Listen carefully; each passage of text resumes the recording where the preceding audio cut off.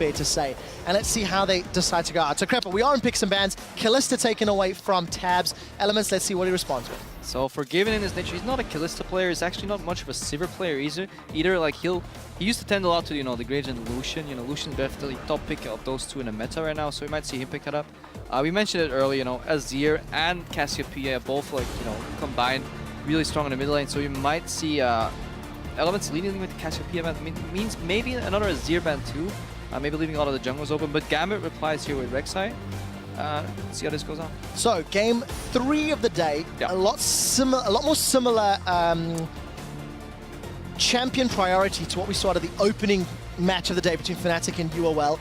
The Gragas taken away there from Diamond, again one of the top tier junglers. Gambit, of course, they have got a different coach this split, going to Dimitri, a member who's been in the team a very long time, but these teams are taking their times with these bans, Crepo. Yeah, there's a lot of mind games in the current pick and ban scene right now, because they banned out Gragas in response to the Rek'Sai that leaves Sejuani open, but is Gambit really gonna first pick Sejuani? We know Diamond likes to play it, and if he does, Dexter probably has an answer ready, so they're probably not gonna see a ban or a first pick on that. LeBlanc taken away from Froggen, so LeBlanc's out, Cassiopeia's out, Azir is open.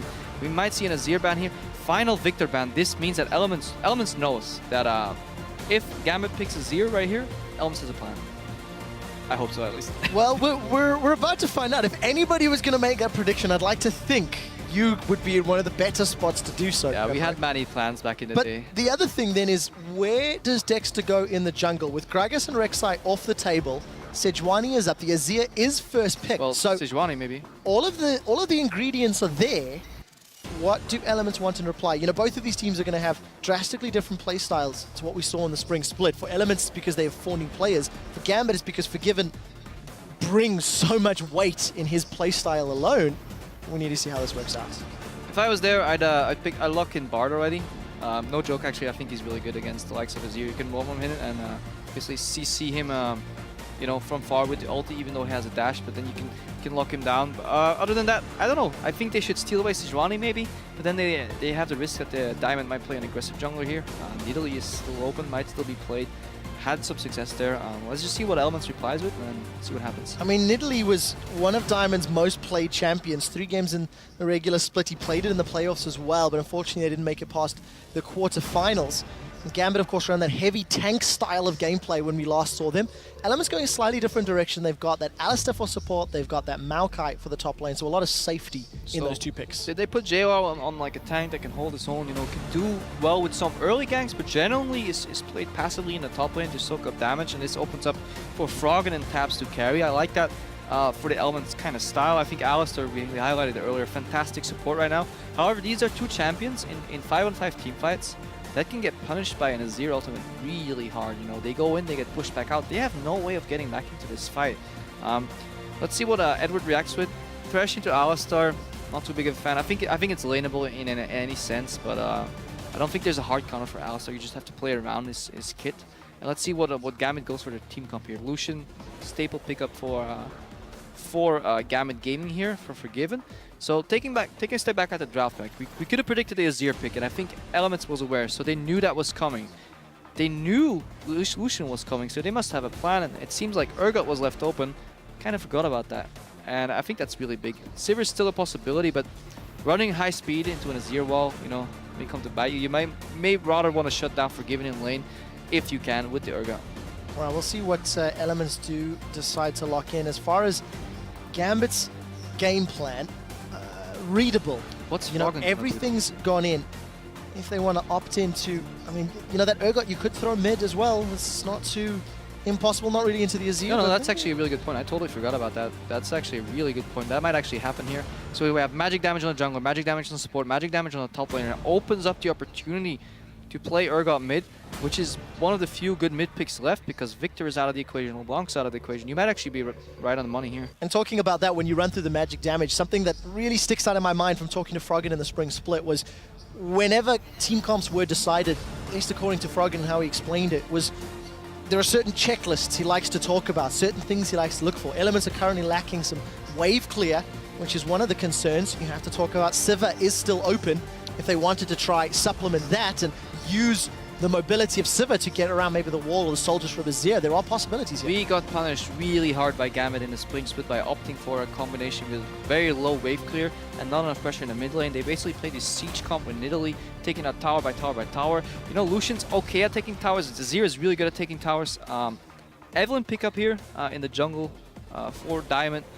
Pretty good like fourth choice. It's happened in the other game as well. 3 jungles out, Sejuani, Rek'Sai, Gragas, and then the next pick is could have introduced it again at MSI, the Evelyn.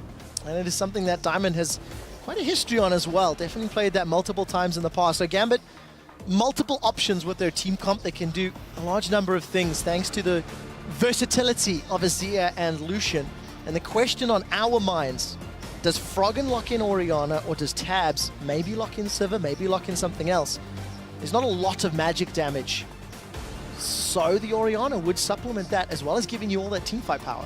Yeah, the Orianna, it feels so short range to me. It feels very, very short range and very tricky to play. And with good positioning from Gambit in like choke points, etc., in the nice zero ulti coming out from Betsy, might get tricky. Looks like he's opting for maybe Vladimir. Scales better, I think.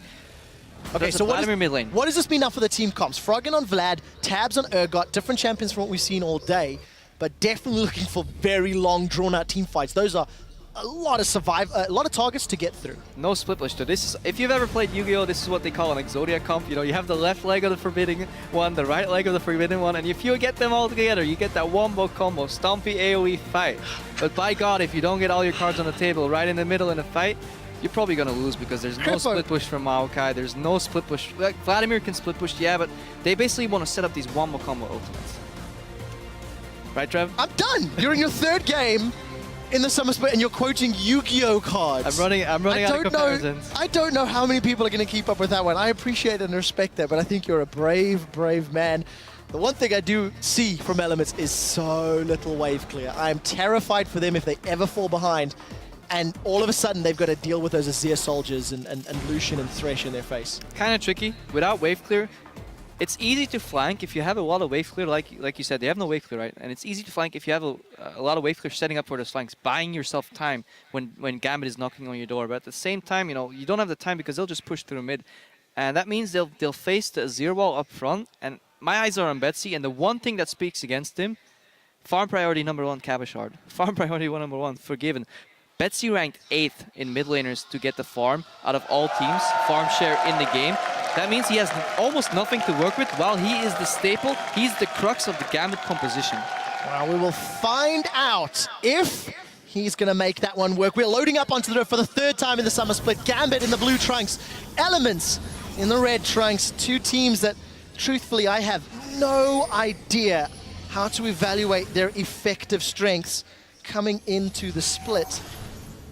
If different play styles as well. If Elements gets pushed on all 3 lanes, this can get ugly really quickly, because out of all junglers that like invading, Diamond Prox is definitely one of them, you know. And with a slippery Eve, not knowing where she is, and having the possibility of her being in your jungle, in addition to playing a weak early clearing jungler like Sejuani that goes pretty low on the clears, could prove very, very dangerous.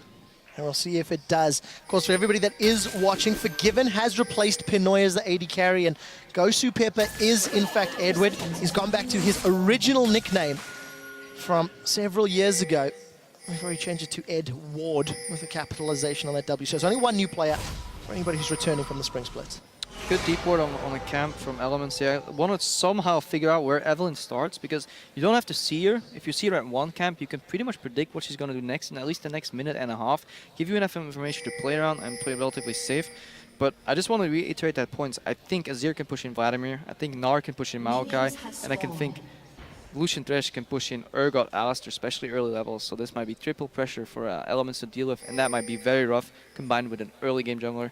Early struggling jungler like Sejuani. And we'll see what Dexter, Diamond, decides to do if his lanes go aggressive. Where does Diamond Prox place his priority on that particular map? We do see JY going top, and Froggen dancing just between the 2 Sand Soldiers. They know where Dexter starts. Really a big train. And that's really huge. Deep ward coming out. They know exactly where he is, so they can predict his movement, especially on a predictable jungler like Sejuani. Double camp here from the bot lanes. See how that evolves. Helps Urgot Alistar more than it helps Trishlution. Well, I definitely want to take a look at this bottom lane because it's two duo lanes that we've not seen yet in summer, and Lucian we don't see a whole lot of around the world. So what do you expect of these level 2s? It looks like Forgiven and Pepper are going to be in a good position to get that early one. Yeah, basically Elements is yielding the pressure here. They already overpushed. Yes, they're level 2, Pepper and Forgiven, but they push so hard that they're actually not going to deny too many minions. But this is Forgiven style. He'll stack that big wave, and where other carries usually, you know, give away a lot of CS, Forgiven is so potent at poking on the tower that Taz might actually have to drop some CS. And we see Betsy's already knocking on the door. They know where Sejuani is because they know where she started. So Gambit, in theory, has all the information here. Well, seems to be playing around that information. A lot of pressure from Betsy. He was pushing Froggen's Vladimir in, as you talked about. And for Diamond, I want to see how this Evelyn works because, you know, we looked at Amazing's Evelyn in the previous game, and I think it did exactly what Origin needed it to do, but you never felt like the early game presence or that invisibility was super impactful. And if you know the game really well, you know there's almost no threat from Sejuani. Good hook by Edward. And a double flay from Gosu Pepper. Forgiven and Gosu really applying the damage to Tabs and Promiscu. We need to see what sort of CS advantage it eventually yields to, though. Yeah, and they're basically Alistar at this level 2 has to stake heal, so Edwards, or Gosu Pepper rather, is not scared of getting flash queued and then knocked into the tower because he sees the heal come out. Good poking reaction, and they weren't scared of the gank. Another hook on Tabs. Again, Tabs flying to the Woolite school of AD carry, eating every death sentence in lane. And this is how Forgiven likes to play, right? He pushes you into the tower, and this makes your behavior predictable. You are going to go for that CS, and I will hook you in reaction. You know, yes, I might not be able to kill you because I don't have the distance, but we'll whittle you down and we'll out-sustain you eventually and then punish you really hard. Forgiven builds up a small lead up until the point where you're broken and he's not, and then he starts really hammering down. And we'll see whether or not they can keep that one up. Luckily on the side of Elements, Promise you can heal up Tabs, but as long as his mana is relevant, Gosu does not connect with that flay. Let's take a look at the rest of the map. We've not actually poked our eyes up top. Small CS advantage for Cabo Shot, however, JWoww should be able to even that up shortly. Gnaw into Maokai. I'm not expecting a huge amount of action without jungler interaction up top. It's going to be interesting to see who can impact with their teleports. So much simpler on a Maokai than a Gnaw. Yeah, no counter jungling just from Diamond. He has a liberty to basically go anywhere on the map that he wants because all his lanes have the control. I'd like to see Gambit use that to their advantage. Well, they do have time. One thing we've looked at, both of the previous games, Crepo, have come in around 36-37 minutes average game time. And they've all actually had relatively slow-ish early games. With Fnatic and UNL, it was that sort of 4 versus 0 map swapping until the eventual tower dive. In this particular matchup, as the previous, it's just standard farming. But look at this, Forgiven, 20 CS up, thanks to all of that pressure from the early game. Yeah, and Dexter can't really do anything because all his lanes are pushed in. His ganks will, if he gets a gank off, it will be incredibly telegraphed. Diamond's finally moving into the jungle, getting some more information on Elements. And while the goal is even, if you're watching online right here, the biggest problem and what you don't see is the pressure meter and how that's affecting the game. All these towers are getting chipped away at, you know, and that will result in a swing maybe 5 minutes, maybe 10 minutes from now, and all the towers from Gambit are 100% HP because nobody's been even close. I think half the Elements members haven't even seen the towers. Well, I like the idea of the pressure meter. I think I'm going to be revisiting this one with you in games to come, Crepo. And we'll see if the pressure is going to cause Elements to break. Because again, remember, it's only Froggen that's come back from the spring split. Promiscu, this is his first game on stage. And for the, Dexter and Tabs, these are returning guys to the setup. Tabs already under a lot of pressure. Now, a little niche thing you can do here is push in his wave, 55 CS, base for BF sword, and force Urgot to stick on like a longsword tier and maybe another longsword. Really big disparity, but to do that, you relinquish your pressure. So Forgiven might want to do the same thing. Urgot scales pretty awkwardly, like early. You want to kind of deny his tier at the same time. So I think Forgiven will go for the BF pickaxe timing, force a really late tier on Urgot, and then Urgot won't be able to trade either, you know. But Elements is all about this level 6 spike. You know, they want to get level 6 and group up for an objective, but if Gambit prevents them from grouping, they're going to have a rough time. I want to keep my eye on Diamond Prox as well, how he decides to itemize this Evelyn. He was such a big fan of the Warrior Enchant in the Spring Split when many people were not using it, moving away. And, traditionally we've seen Warrior Enchant and Evelyn, but Tome, maybe we'll see something different. Only 300 gold ahead here though. Like, look at the lanes. Froggen's farming really well in that mid lane. While pushed. JO's Do you expect anything different from Froggen? No. Even in the Vlad into a Zia, etc. No, he's farming, sustaining really well. So Gambit's like, they're puncturing the wall, but they're not breaking it, you know. They just don't have a sledgehammer ready yet. So if Elements can hang on and get a good fight, they can definitely like take control of this game. But it's pretty even right now. I'm just worried about their towers. Well, we'll see if that worry causes Elements any problems, Crepo. We did see Dex actually hanging out in the tri-bush. He's got access to Glacial Prism. Tabs relatively close to level 6, I believe.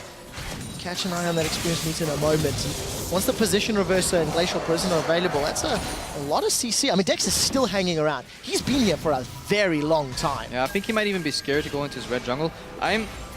I don't want to say disappointed in Diamond Prox, but I would have liked to see some more counter jungling, given that he had 3 pressuring lanes. I would have liked him to find Dexter, chunk him out, and take control of the game that way, and maybe snowball a dragon. You get something, because right now they're going toe-to-toe. Yes, they're pushing, but CS is pretty even across the board. Mine is forgiven, but that's, you know, expected. Yeah, and it's the same 20 CS advantage that we've seen all game long. We do finally see the back timing, so it is going to be that BF plus pickaxe. I think so. That's the most likely. He's going BF double longsword. May not have enough gold, but he might also go for a brutalizer, I think, into Ghostblade. Yeah, the build that hasn't changed. That might be to give a I'm guessing you guys should know that, but yeah, let's just assume it hasn't changed. You haven't needed to build one in a very long time, Crepo. That is true, but I should know it regardless. I'll let you off. We did see some backs all across the board. Cabochard grabbed himself that Giant's Belt as well as the Hex Drinker. JWoww grabbed himself a couple of odds and ends. Catalyst, the Ruby Crystal. We do see with Dexter's relatively late second back, he's actually picked up that Cinder Hulk now as well. Maybe third back, I missed it. And again, we're just going to go back to this farming. So 10 minutes of fast approaching, even on gold. That CS advantage that Tabs had built up has been closed. And Manamune picked up as well. That's important for Tabs to at least try to trade with Forgiven. If he gets a few Acid Hunters from range, maybe that can relinquish some of that pressure and lower the meters. I think Elements is definitely happy with the way this game's going so far. They could have gotten punished, and they survived arguably the roughest part of the game. It looks like some action on bot lane. Wow, this is a 2v2. It's going to be turned into a 2v3. We do see the hyperkinetic position reverser. A good teleport from JWoww is potentially going to set up a kill here. That is a beautiful flash lantern from Gosu Pepper. He keeps Forgiven alive, and in the backline, Cabochard is teleported in. Now JWoww is a man out of position. He's forced to flash defensively. Gosu Pepper lands the death sentence. That's a flash pulverized from Promiscu as Cabochard is knocked backwards, and Froggen joins in for the fray. This is a 5-on-5 party, and Betsy is the target. One more lantern from Gosu x Edward, and it's Elements that get the kill when everyone comes to play. By our powers combined, we are Exodia. But that's what I mean, right? If your fight goes long enough and some beautiful re-engages left and right, I think Elements played it pretty clean. I think Gambit got greedy once that extra hook. If Gosu Pepper wasn't so good at landing hooks, I think they would have gotten out there 0 for 0. Elements did get the pressure, but good positioning by Dexter. You know, they forced the play on bottom, and they had the TPs ready, but they had the jungle ready in addition there too. Even though Froggen was pressured and Betsy arrived first, they still survived. Really good fight. A lot of niche, like tiny things that both teams did really well in my opinion.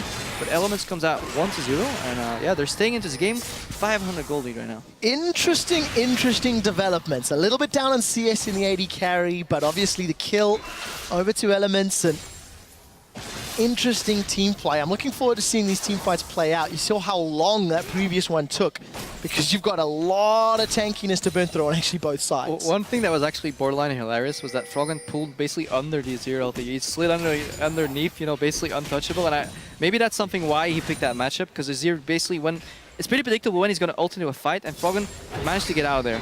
Diamond's ganking mid lane, no. He's going to need to get out again. That's a very early Sanguine pull. The Conquering Sands. Good flash. Throws Froggen backwards. Yeah, flash burned. We did see him use that ghost to get to the bottom lane earlier.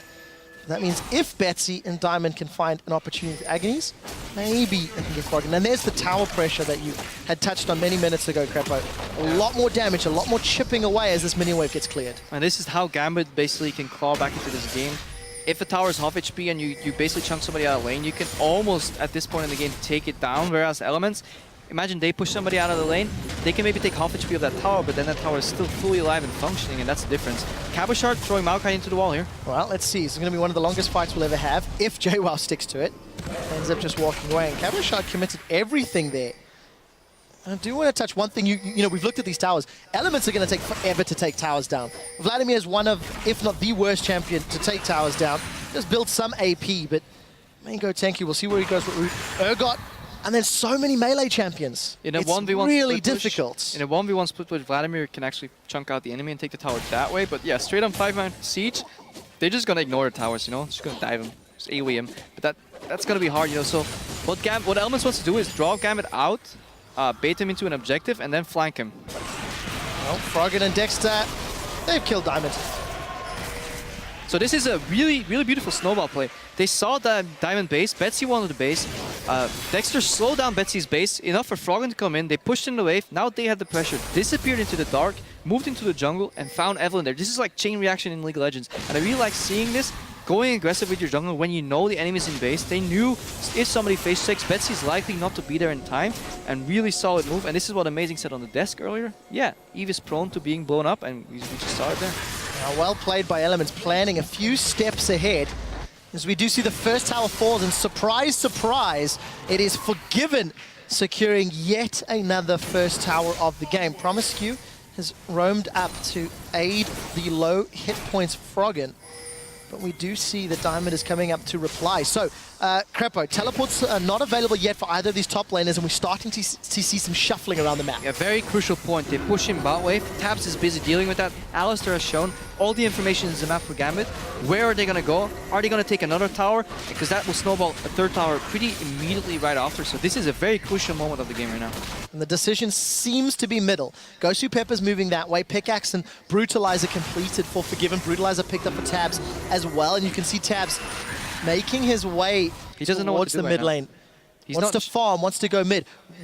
The decision, I mean, there's wards in Gambit's jungle, but they've only just seen Gosu Pepper. Yeah, they know what's coming, but sometimes you just can't stop it. You know, Tabs is like, do I drop this wave? Do you need me mid? And they're like, yeah, well, I don't think we can hold it anyways. We don't want to lose that farm on bottom. This is Gambit snowballing that third pressure I said earlier. Yeah, maybe not 5 minutes from now, but 10 minutes from now at the 14-minute mark.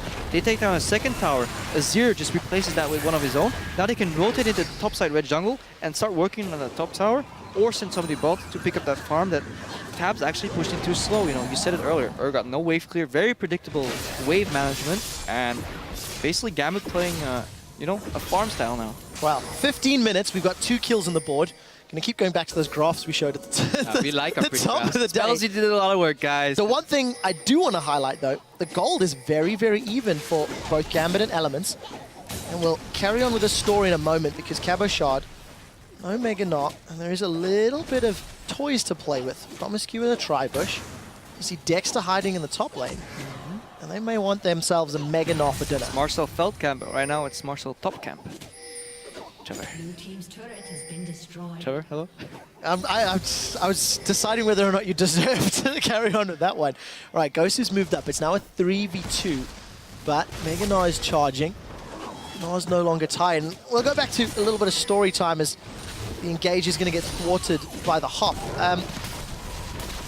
Despite Forgiven not being an SK, early tower pressure, rotating 1, 2, and 3, and then potentially setting up for a 1-3-1. That was the eloquence of SK Gaming in Spring Split. Forgiven has changed teams, and he's imposed that similar play style. Oh yeah, Forgiven will not play your style. You will play Forgiven style. Well, but he's so good at it. It got them to the playoffs, and then unfortunately some misplays against Unicorns of Love cost them a position in the finals. But the question is then, Elements, let's assume they predicted the draft. They knew the Azir is coming. They got their hands on Sejuani. They got Vladimir, which has done well against the Emperor's Divide. Do Elements also have a gameplay plan against the Forgiven component? I don't like Betsy dropping this mid tower here. Gambit almost had a 3-for-0 tower change. Elements is grouping on a mid lane. This could be a dive. Well, we're about to find out. 2v4 in favor of Elements. And we do see the 3 members of Gambit. They continue to push top with all of the attack damage and speed that Forgiven has to play with. He unfortunately doesn't have the minions to back him up, though. Yeah, 3-man in top lane. Dragon comes up though, so if this works for a trade, it's okay for Gambit. If Gambit does not get a tier 2, they're actually in trouble because then they made a positional misplay. There's no one here to contest. Let's take a look at the top lane tower. They've run out of minions. Goes through Pepper and Diamond, not going to tank that one out. Not a lot of combined armor between them. However, Betsy and Cabochard now. So let's see whether or not this flank works out in favor of Elements. Crepo, TLDR, the positional dancing and costs. Elements obviously coming out a little bit ahead in some places, but they may lose top now. Yeah, really good rotational play from Gambit here, you know, from mid to top, and now they're going on JWoww. Well, JWoww's caught out. The Gnar is available. Gnar's into the turret. We saw a flash on the bottom. Now tower is secured. JWoww gets taken away. Diamond is going to flash away. Continues to survive. Summon a heal from Forgiven keeps him out, but it's JWoww that gets the kill. We do see Dexter securing one as now Froggen continues to chase with Hemoplague. The pop plus the pop manages to secure it, and it's just kill after kill after kill. Gambit overstay their welcome. Dexter gets two, Froggen gets another. Cabochard! So Gambit with he tried his best. The objective slow methodical play, and Elements with the C hero, kill hero, kind of role reversal from Season 2 back in the day. But it seems to be working, and you see, you know, once Elements has their grasp on a team fight, 5v5, they absolutely destroy it. You know, Vladimir jumping on Forgiven, there is nothing a short range AD carry can do. You know, Edward immediately, or Ghost Pepper, immediately exhausted Froggen. That exhaust ran off by the time Hemoplague popped almost, you know. Forgiven had to flash out of the fight. Basically, they just got aced 5 for 0, 5 for 1, and Elements in a 5v5 is looking strong. Gambit has to avoid this. This is such an interesting dynamic. 7 kills, 2 dragons, and only 1,000 gold up because Elements have given up 4 of their towers. They're also down 40 CS in the AD carry, 20 top, and Diamond eats a whole lot of damage from those Acid Hunters. But you kind of think the lead should be bigger for Elements, but they've given up a lot of their map. No, I think it actually tells the story of the game perfectly here, and I think Gambit greeded a little bit for that tier 2.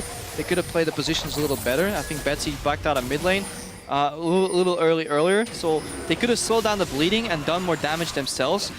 And as a result of that, they ended up in a situation where they were flankable, and Elements was able to group, and they just destroyed them. You saw, you know, Froggen comes from one side, Sejuani from the other side. Promiscuous, so tanky. These long drawn-out fights in the jungle, unless they get a good Azir ultimate, is not what Gambit wants at the moment. 20 minutes on the clock, 600 gold, that's it. That's all that is between these teams. You can see the items on the bottom of your screen. Edge picked up now Forgiven as we set ourselves up for another team fight. Gambit, if they want to pick this one, they're going up against the 5. That's the Emperor's Divide. We do see the Hemoplague down, and Betsy is gone. The Azir turret is trying to slow down the pace, but Gambit have lost another member as Elements are just barreling forward. Gambit keep putting themselves in a 5v5 position against this Yu-Gi-Oh! Team comp that Crepo is going to. And that's all right, but Betsy, he went around a corner and then went back. You know, you have to be really respectful of Elements engage, because these guys will not hesitate a second to pull the trigger, because that's what the comp is built on.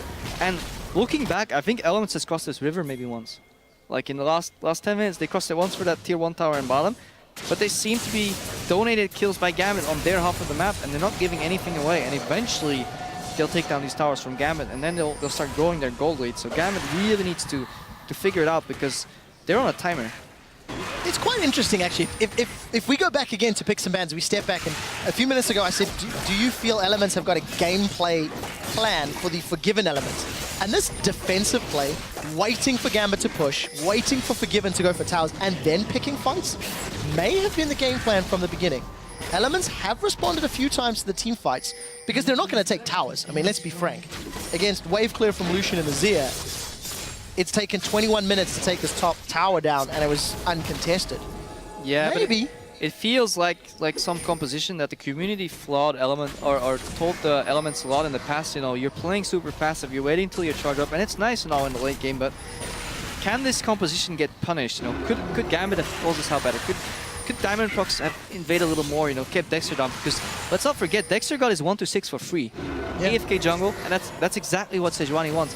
Props to Elements to basically almost even CS under so much pressure. Really well played by them. They lost their towers, but then they traded it for kills, so they were fine to do that. But some of these kills Gambit should have not given away, so in theory, Gambit's composition could have trumped that. But then again, Elements is playing beautifully, and yeah, they were confident going into this week. They had decent scrim results, allegedly, so Let's see how this pans out. Coulda, shoulda, woulda, I guess. Hindsight's being what it is. Story of my life. Diamond Prox Could have made it to Worlds. did actually complete that Magus enchantment on his jungle Evelyn. Quite a detour from what we've been seeing. And this time around, Gosu Pepper unable to connect onto Tabs. Tabs 55 CS behind. But look at that ring of vision that Elements has set up towards that top inner turret. If they find the opportunity to push it down, they can. Alternatively, Dragon's up in 40. So where do Elements set their sights, Creppo? I really like the Vladimir pick in the late game because it's such a phenomenal split pusher. He has a Will of the Ancients rather, and he has Spellbound, but here's Dexter. Well, Diamond Prox has already thrown down Agony's Embrace. The Death Sentence connects onto a giant tree. And Elements peel away. This has cost them absolutely nothing. The Culling's down, Agony's down, the box is down. If a team fight were to break out, Elements already had a fantastic comp and a lead, and now they have 3 less ultimates to worry about. Yeah, Elements basically open up the map by sending Frog on top, getting deports. Gambit tried to respawn, but they almost fell into that same trap of the 5v5 again. Now JWoww is going bottom to fix that wave. This is a moment where Gambit can breathe. Top lane is pushing out, bot lane is being dealt with by Elements, so this is where they have to strike. Either push him and get tier 2 or force a fight, but there's always the risk of a TP flank. Well, TP is available for JWoww, and it does look like the fight is going to be happening. Gambit, 5 members set up. Dexter's been caught out. Diamond Prox sinks the fangs, and Froggen actually flashes forward for this one. 2 exhausts back and forth as Froggen is gone. Froggen gets him with the Hemoplague. The Gnar knocks Elements against the wall. It's a trade 1-for-1. Hyperkinetic position reverser holds Betsy in place, and Betsy is down as Dexter goes unstoppable at 5-0-3. They've traded 1 for 2, but it's not over yet. Elements have got wards towards the top lane. They've got Dragon to peel back to. What can Elements take with the numbers advantage? Really good read by both teams. You know, Elements, if they were going to defend that tier 2 from the same choke point, then you lose against an Azir. If you come from 2 sides, they can only stop the bleeding on 1. They engaged on Dexter. He went over the wall, but then threw his ulti backwards, aided Froggen, Promiscu with a flash combo on Forgiven. Forgiven auto-attack maybe twice at fight, immediately dropped. And then, again, 5v5 situation. Elements comes out on top. And they do manage to secure their well, not yet. Let's see. Kabasha going to try steal. Basically is going to be safe. We're a little ahead of myself there. 3rd Dragon of the game at 24 minutes. Okay, here's the this. fight. They engage on one of the flanks. This is what you always have to do if you get flanked. Go on one side, ulti another, but Bernice just flashes over the Azir. Double combo on Edward, on Forgiven. Nobody can say Forgiven. JWoww flanks with his TP. Really beautiful play by Elements. Now Dexter, he went over the wall. He's chasing. He's like, guys, I'm still here. I'm coming. Fight's already over. They take down Betsy. He's not strong enough, and Elements in just a good position in this game. They've made it to the late game. They could bait Baron unless Gambit sneaks it right now. Well, Gambit have started this one. Elements are a little late to respond. 5,000 HP, it's below half. 50, Dexter's 50. nearby. Flash and Smite are available. Down to 1,700. Baron's on the back line. It's stolen by Elements. Dexter manages to do it in his opening LCS game. Tabs manages to shut down Diamond and position her versus Betsy back into the middle of the squad as Promiscu boots Gosu Pepper away. The prison locks up Forgiven and sends him back to the fountain. A triple kill for Tabs, a Baron steal for Dexter, and Elements have completely taken control of the game. This may look bad from Gambit. Honestly, I think it was one of the better plays they could do if they did not go for that Baron right now, and Elements was a little slower to react. They could have gotten the Baron, stayed in the game. Otherwise, Elements would have pushed them out. 5-man grouped, baited the Baron, and the game would likely be over. So good read from Gambit to do that. However, 50-50 smite. Dexter, beautiful smite. I think he smited after Diamond Prox sent out his, but regardless, I think they would have lost the fight anyways. You know, they used the Azir ulti to disengage. Dexter was in the pit. The wombo combo comes out again, and then, you know, Gambit just can't handle with that, and they're not strong enough to 1-3-1 anymore. And the follow 1-3-1 was something we saw in SK2. Oh, the invisible Elements kill the invisible Diamond. He almost made it to that lantern. See hero, kill hero. Well, Elements 14-1. The outer turret in the bottom lane is still standing. There is, what, 8,000 gold lead, but there's only 2 turrets secured for Elements. That's from top and middle. Because their champions are so bad at taking towers down. And Tabs loves it when a plan comes together. He takes his revenge at the 27-minute mark. They take down the bottom tier 1 tower. Eventually, they get it, you know. Patience, nice and steady. Hashtag worth is definitely the case. Elements have, you know, they ran a little bit of a gamble in this comp. No wave clear, requiring scaling, needing time, but they got it. They got everything they needed, and they picked such great team fights. And this is what I like about the Baron change. Like, you can play these comps that don't usually give you an opening to break open a siege, but you can get Baron, you can control an objective, get that objective, and that leads to more sieging potential. Sieging into an Azir is incredibly hard, even with Baron creeps out there. So they'll have to introduce a split push component, so they knock on 2 doors at once, and then basically barge in once the Azir is not there. And they're doing this, you know, some pressure bot. I imagine they'll send Frog and split pushing top, buffing creeps, or somebody to that bot lane right now, open up the defense. But at this point, they might as well straight up dive too, but it's dangerous against an Azir. Yeah, with that Baron buff on, even though Cabashard's got that teleport advantage, not really going to see any massive opportunities for him. And we break the 10,000 gold lead. It's been slow going, but Elements have inched away, chipped away a lead, built up this mountain that Gambit now needs to overcome. They have 1 kill on the board. 1 kill on the board. The worst part is they're not going to get any more kills. JWoww, super tanky. Frog is super tanky. And has a pool, you know, twice. Alistar, super tanky, you know. Tabs, he has a Frozen Heart. He's an 80 carry with a Frozen Heart, and they're going in. Well, let's see who they decide to focus. Betsy gets caught up by the Hemoplague. They jump onto Gosu Pepper. Diamonds on the side lane gets a huge Agony's Embrace. That's a 3-man Gnar up against the wall. Promiscue's in a little bit of trouble, but Froggen is sustaining his way through Betsy's damage. Another kill for Elements, another tower for Elements. Baron buff has worn out, but when you got a 5v4, there's no one that can stop you. Gambit on the inhibitor turrets. Elements on Gambit's inhibitor turret in the top lane. And they should be able to secure the inhibitor as well. Another great team fight. That's not the man you want, Gosu. Elements, the base is cracked open. Elements, fantastic showing from the 15 to 30 minute mark. Yeah, and so tanky, you know, they just dove 2 towers and they barely got below, one of the members got below half HP, and then Froggen maybe a little lower too. And just shows, you know, the strength of the composition from Elements here in the lake. We'll ignore that one. Lantern's there, Lantern's not relevant, and Tabs gets another one. Didn't fail the combo, he ran out of mana for Q. It's the worst feeling in the world. You tap W, you tap Q, and nothing happens. You're like, oh, I'm that guy. But luckily for him, it happened when he's 12,000 gold ahead. So. It did indeed. I thought that was Tabs that just got out of the way of Gosu Pepper's spells. JWoww uses the scuttle grab to get out. to scuttle taxi. And then a defensive flash. Elements get their 16th kill, and ironic, the invisible death, or the invisible kills onto Diamond. You feel so safe when you're no one can see you, but if there's 5 people in a bush, it will eventually. And again, just that ring of vision. Crapper, every single time I look at this mini-map, Elements are pushing their wards deeper and deeper towards the objectives that they set their sights on. Yeah, exactly, and now they're getting ready for their 4th dragon, and the thing is, at this point, Gambit has to stop the bleeding. They have to get a dragon, or eventually Elements will get 5, but grouping around an objective means 5v5, and unless you get a really solid Azir ulti and a choke point, you're not going to win a fight, and even then, Elements at this point is so tanky. It's so hard. Promiscue going in. He does manage to get the combo. Betsy instantly throws down the Hourglass. The Lantern should time out before he can get to it. Not even going to be needed. Now Diamond Prox is in trouble. Elements are just running him down. Gets thrown back into the river by Tabs, who's now 5-0-7. Promiscue, another new support on the stage. 0-0-15. More than 2 times the impressive score that James Bond would have put on the map. And Dragon, not even a priority here for Elements. Really solid itemization as well. We said earlier, Alistar's so tanky, you know. All Elements need to do is find an engagement window. They put the Aegis of the Legion on Dexter, and that means both top lane and support can build Righteous Glory and get that engage, because Sejuani is really good at follow-up engage too. So they have so many engage tools on these different roles. Alistar is usually really hard to get into people, but with nice solid flashes, really good use of Righteous Glory, and then blocking the Lantern. Promiscue is playing a fearless game, and it's really nice to see that for his first time in the LCS ever. And it's fantastic to see the follow-up performance from Mithy in the previous game. You know, Mithy, of course, returning to the stage. He's playing on a world stage as well. Promiscu, this is his first match against Gambit, against Gosu, Pepper, and Forgiven, 2 of the most seasoned players in the LCS. In lane, held his own, and just phenomenal, absolutely phenomenal. A worthy success. Exactly.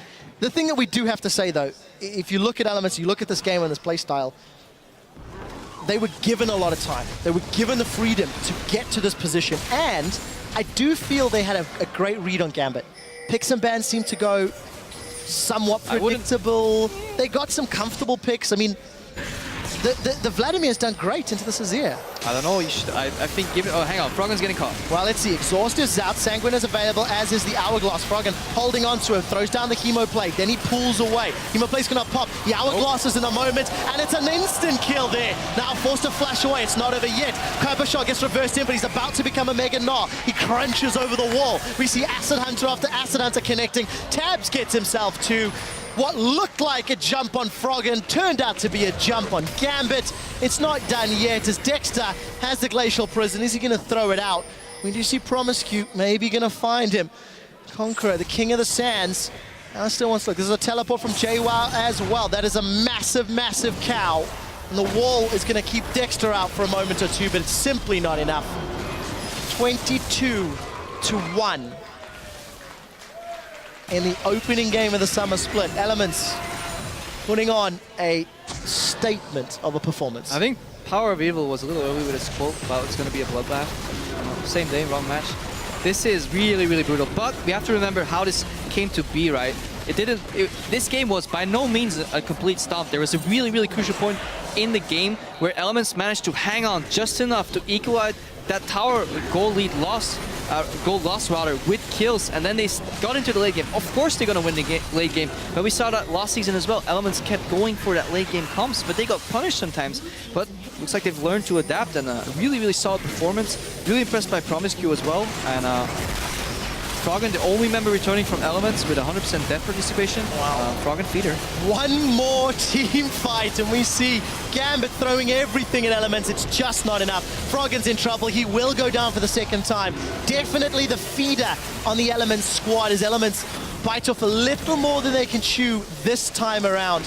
We've seen two games ending around the 36, 37-minute mark. Elements really just trying to keep up tradition here, I think, as they are going to delay this. Promiscue comes in to save Tabs. Tabs low on mana. Forgiven looking for more. He's got red buff. That's Good another guy, kill on the board. Promiscue, the hype is no longer there. You've given up the third kill of the game to Gambit. 0, 1, and 17.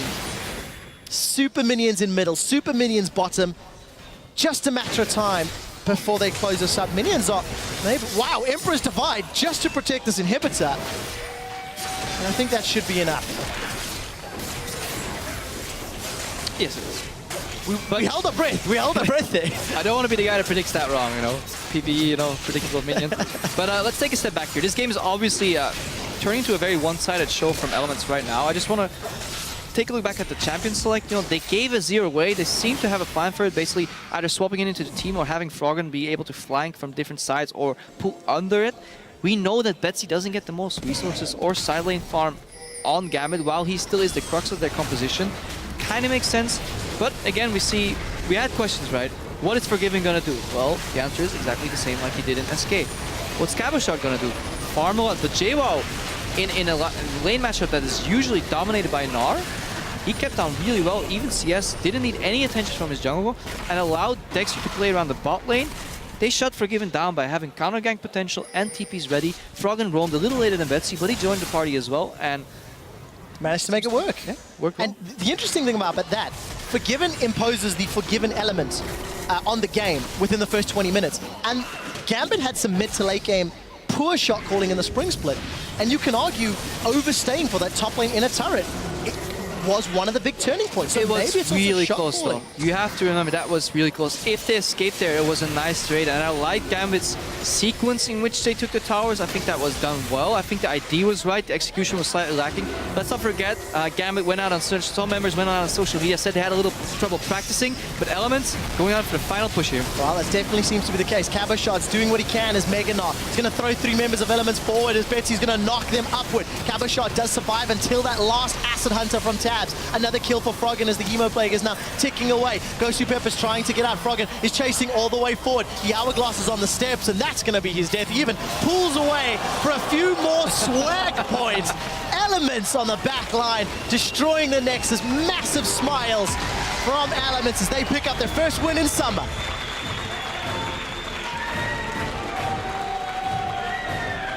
Not only does Promiscue show up on the big stage against Gambit, against players with such a wealth of experience, the whole team just seems to be, they work that composition well.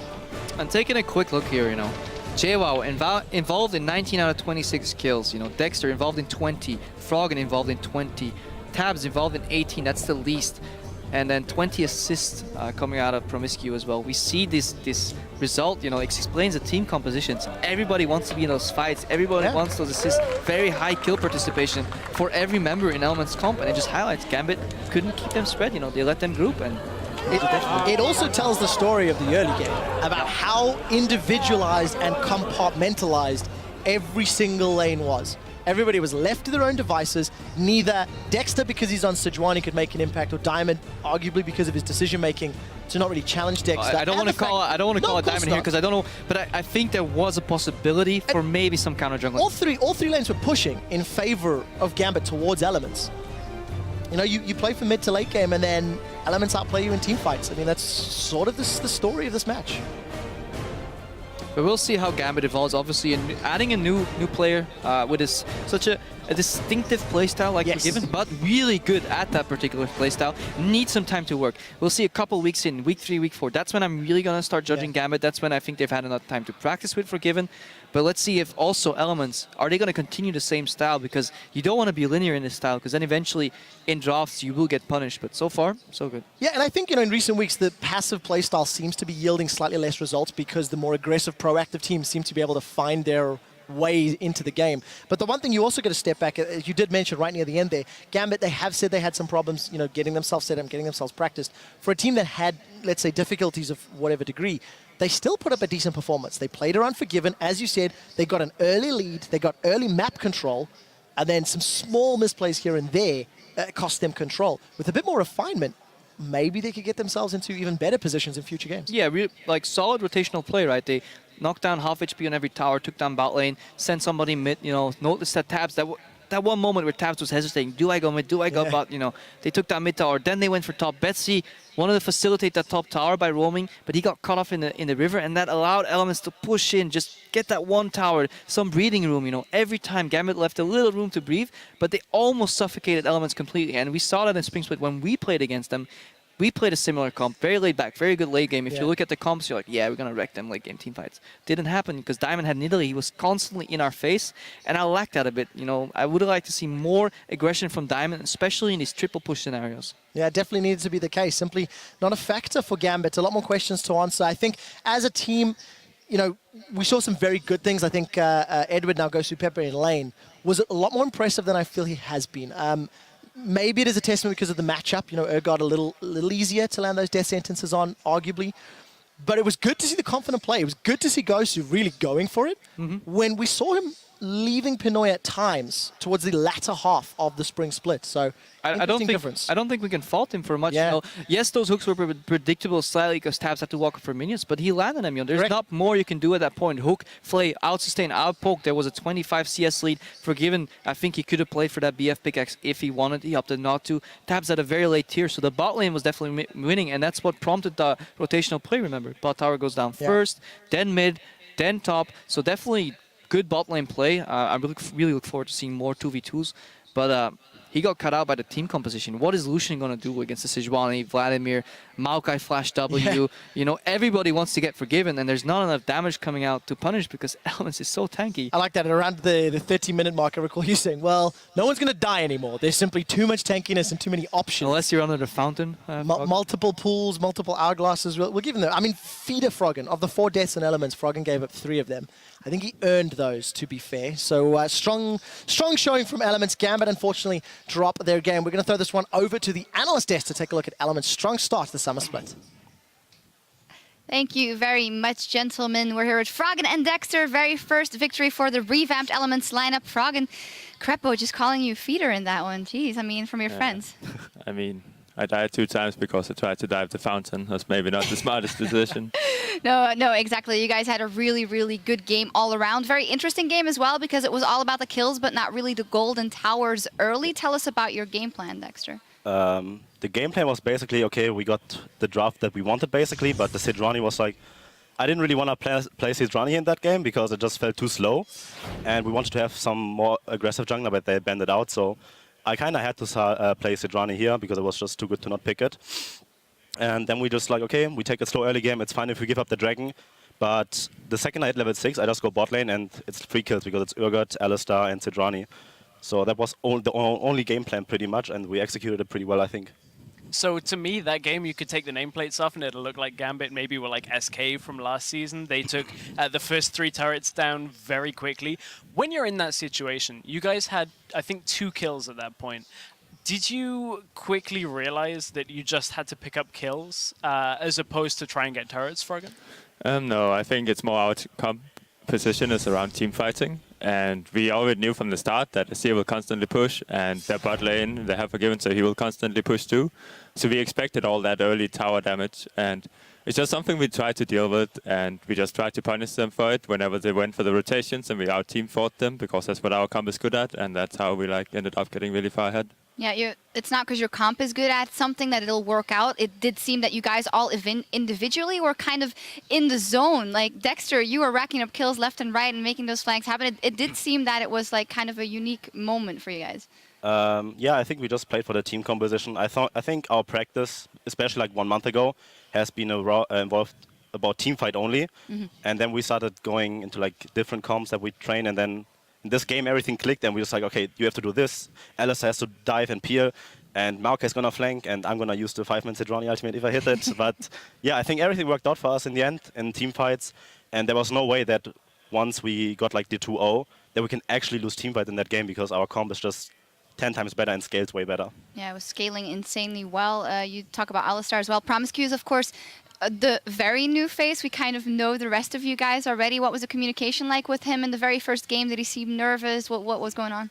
No, he was actually just like he is in scrims. He communicates very well, and he does his job, and he's not afraid to like call as well. So he's pretty awesome. Pretty awesome. It just seemed through your gameplay that this team was a lot more of a team than maybe perhaps the previous elements. You mentioned in the preview video that we showed earlier, Froggen, that the last team didn't really feel like your team. Does this now feel like 5 people all working on the same page? Yeah, I would say so. I mean, everybody is like, I don't know, it's hard to say, but it feels more like actually a team rather than just like 5 good players on the team. And obviously we have only played 1 game, so it's really hard to judge, and we shouldn't let ourselves get ahead. So it's like we'll see how it ends out, but definitely like practice and outside of the game, it feels way more like a team than the other team. Yeah, definitely. I do think it's important for now, then for you guys also. You guys realize this is only 1 game, and for us, we've said a lot of times in the past with the super team, there were super high expectations. So I do kind of feel, even though you said in the video that this is the super team version 3, that you don't really look at it that way. This is a new thing and a new project that you want to get to the top. It was more meant as a joke, because it's like Froggen building up a new team with 4 new players. So I was like, man, this is like super team version 3. But I feel like Europe is like so stacked right now that it's probably, there's no super team. Maybe Fnatic. I think Fnatic is probably like the super team right now in Europe and the team to beat.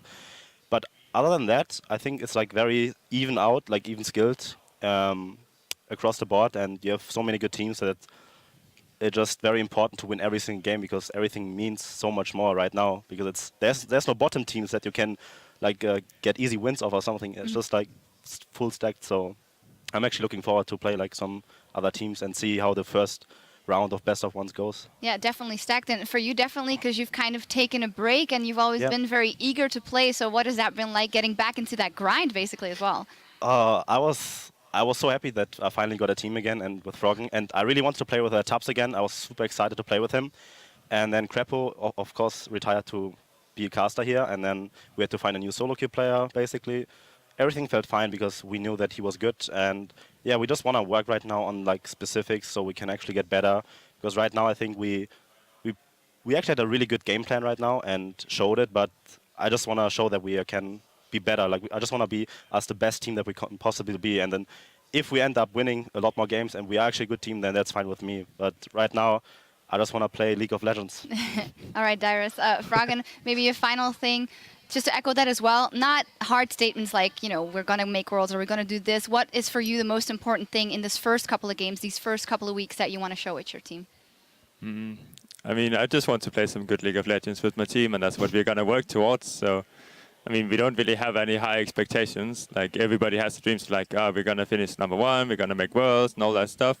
It's like, it's impossible to tell. We just have to work one day at at a time and then see where we're going to end up and put 100% every single day. Yep, a healthy outlook. Congratulations, very first victory on the board here for the revamped Elements. And as for us, we're just minutes away from our next match between H2K and Roccat. We'll be back with more European League Championship Series right after this. It's sad. You can't mute there because it's not TeamSpeak, you know?